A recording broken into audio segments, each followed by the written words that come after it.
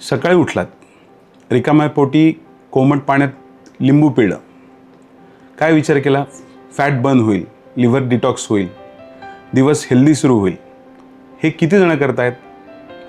आता एक GI surgeon म्हणून मला तुम्हाला एक सांगायचं आहे की हे करताना तुमच्या शरीरात नक्की काय होतं आणि खरंच हे कोणासाठी हार्मफुल किंवा फायद्याचं ठरू शकतं.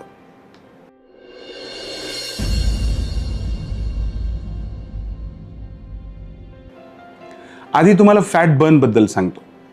फॅट बर्न होण्यासाठी तुमच्या शरीरात कॅलरी डेफिसिट लागतो, म्हणजे कॅलरीचा खर्च जास्त आणि खाणं कमी.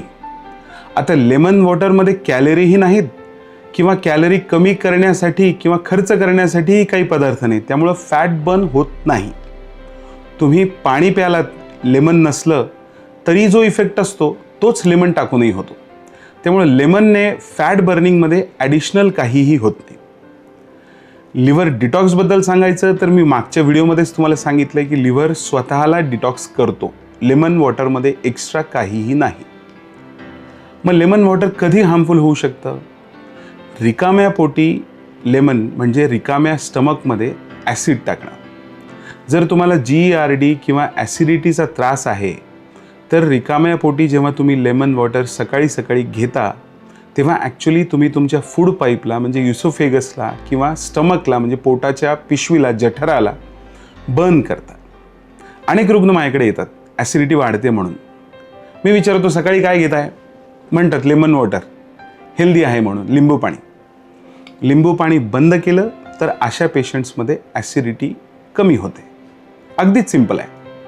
दुसरं टूथ इनेमलबद्दलही सांगतो की रोज तुम्ही ॲसिडिक लेमन वॉटर जर प्याल तर दातांवरचं इनेमल हळूहळू डिझॉल्व्ह होतं. डेंटिस्ट लोक हे बऱ्याच वर्षापासून सांगतायत. ॲज अ सर्जन मी सुद्धा तुम्हाला हे सांगतो. लेमन वॉटर पिणं चुकीचं नाही, पण रिकाम्या पोटी घेऊ नका. घ्यायचं असेल तर जेवणानंतर घ्या. त्यातल्या त्यात ज्यांना ॲसिडिटी किंवा GERDचा त्रास असेल तर त्यांनी सकाळी घेणं हे पूर्णपणे अवॉइड करा. जमेल तेव्हा स्ट्रॉ वापरा, कारण तुमच्या दातांचा डॅमेज कमी होतो. आणि as far as fat burn is concern, fat burn करायचं असेल तर लेमन वॉटर नाही, कॅलरी डेफिसिट करा. म्हणजे काय? फिजिकल ॲक्टिव्हिटी करा आणि डाएटमध्ये थोडं रिस्ट्रिक्शन करा. कुठलाही शॉर्ट फॉर्म वापरू नका. हे युजफुल वाटलं तर शेअर करा, सबस्क्राईब करा गट टॉक इंडियाला. थँक्यू.